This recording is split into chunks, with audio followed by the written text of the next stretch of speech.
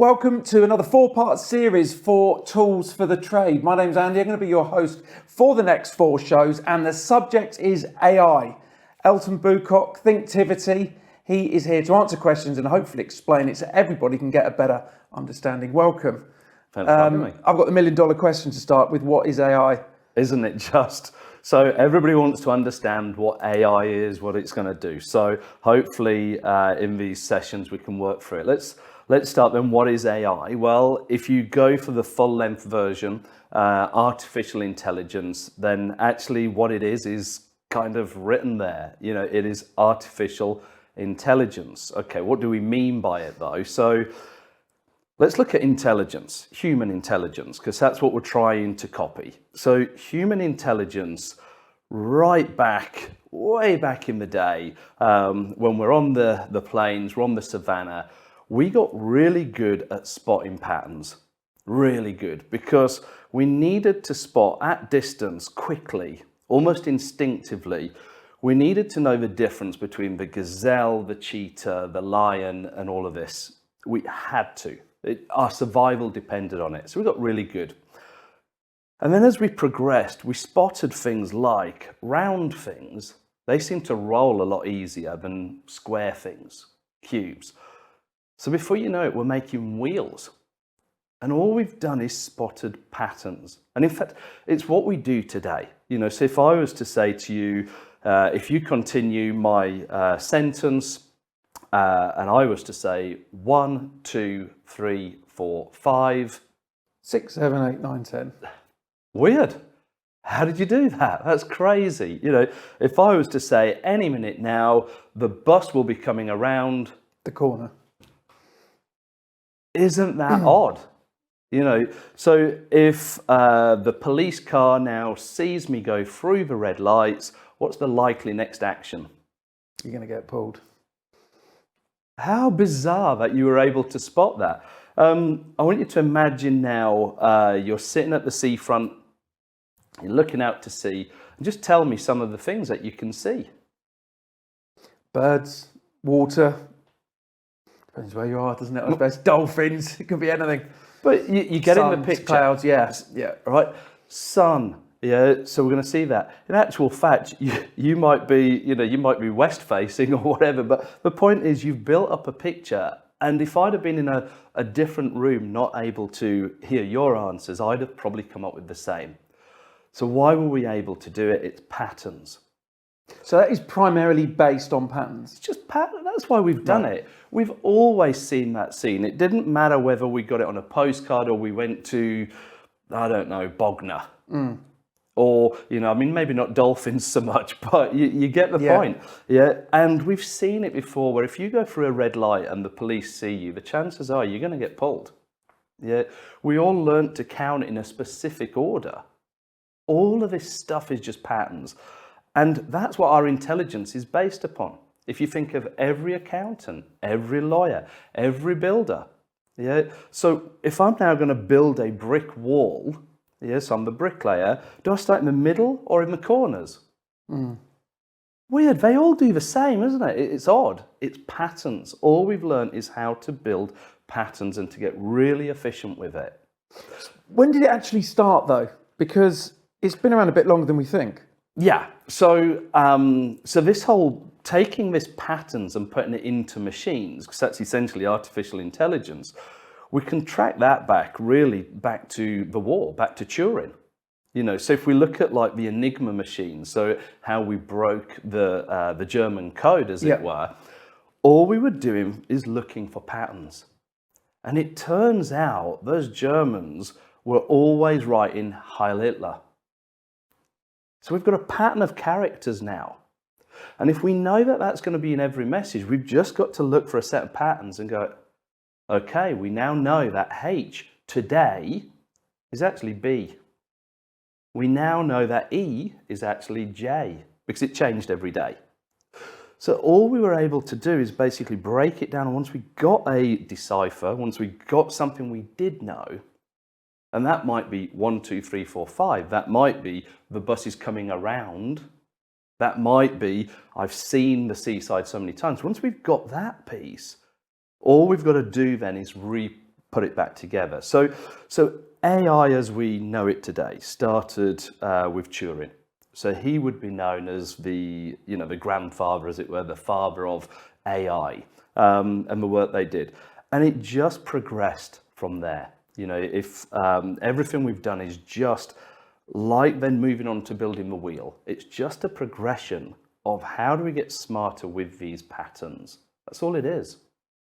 Do you think it could ever replace humans? Because even small things, so some of the magazines that I write for, the editors are like, you can't have any of this on your system. Thing is, my view is, and again, this is why I'm intrigued, there's probably a lot of people watching going, am I going to lose my job?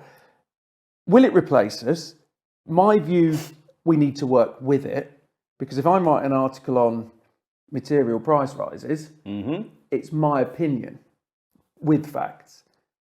Is there a worry that it will replace us, or do you One think of the biggest things we we talk about, isn't it? As AI is going to steal our jobs. AI is going to replace humans. It's dangerous.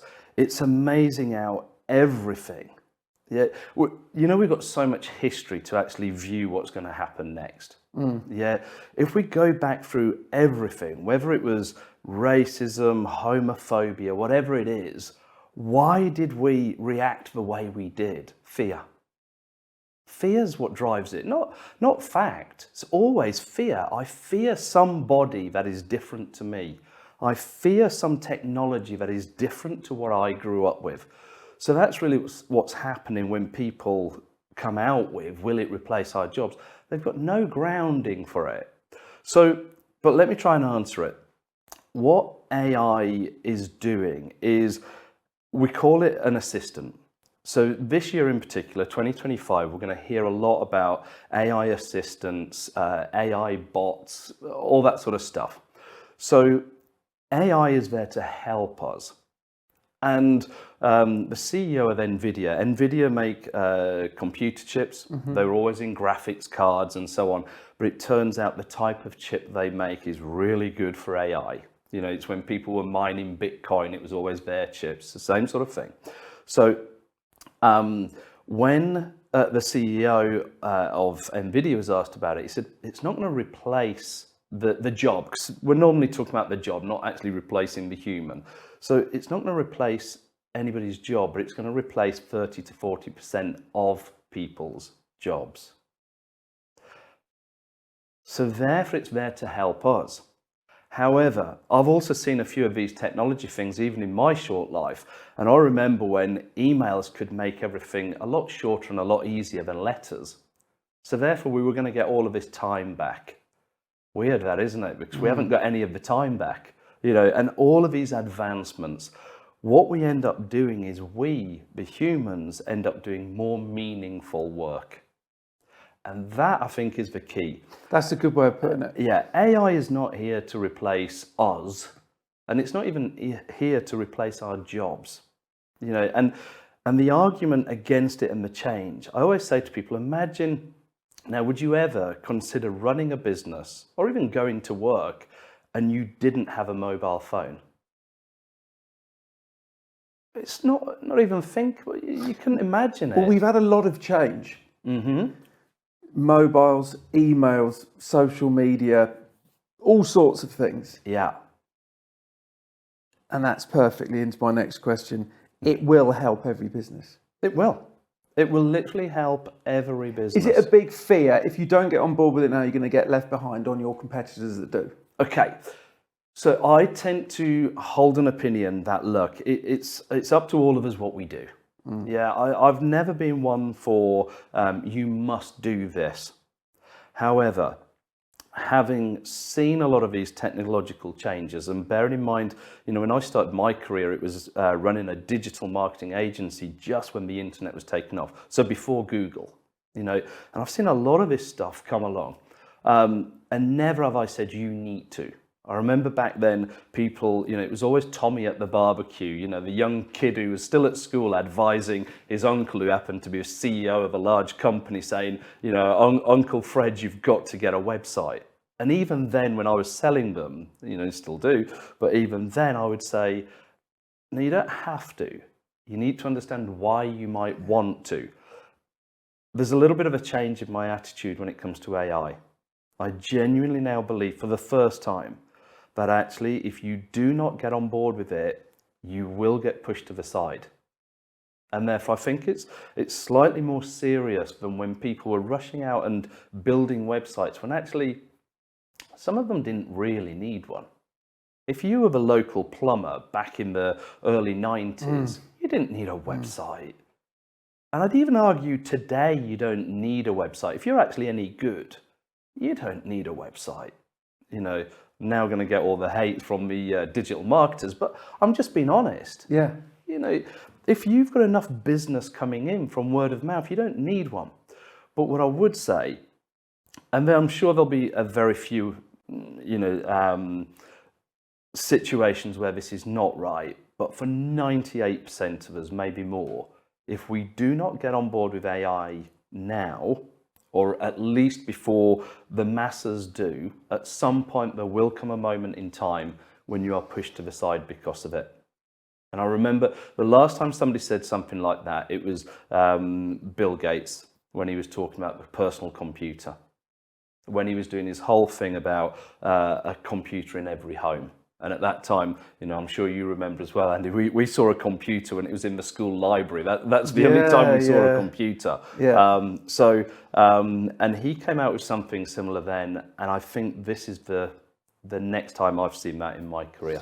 Well, the next couple of episodes, next one we're going to go into understanding it better, getting a bit more in depth. Then we're going to be looking at micros or SMEs against tier 1, tier 2s, what the difference is, and then finally what the future is going to be. But just to wrap this first episode up, I mean, this is very broad, but probably a lot of SMEs and micros are going, is this expensive?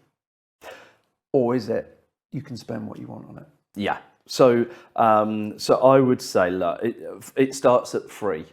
So many of these tools are actually free, depending how much you use them, and then you build from there. So I'd say rather than expensive, it's proportional. If you're only using a small piece, it's probably free or very, very low cost.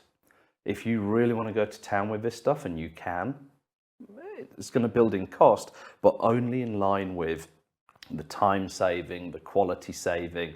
So rather than expensive, I'd just say proportional.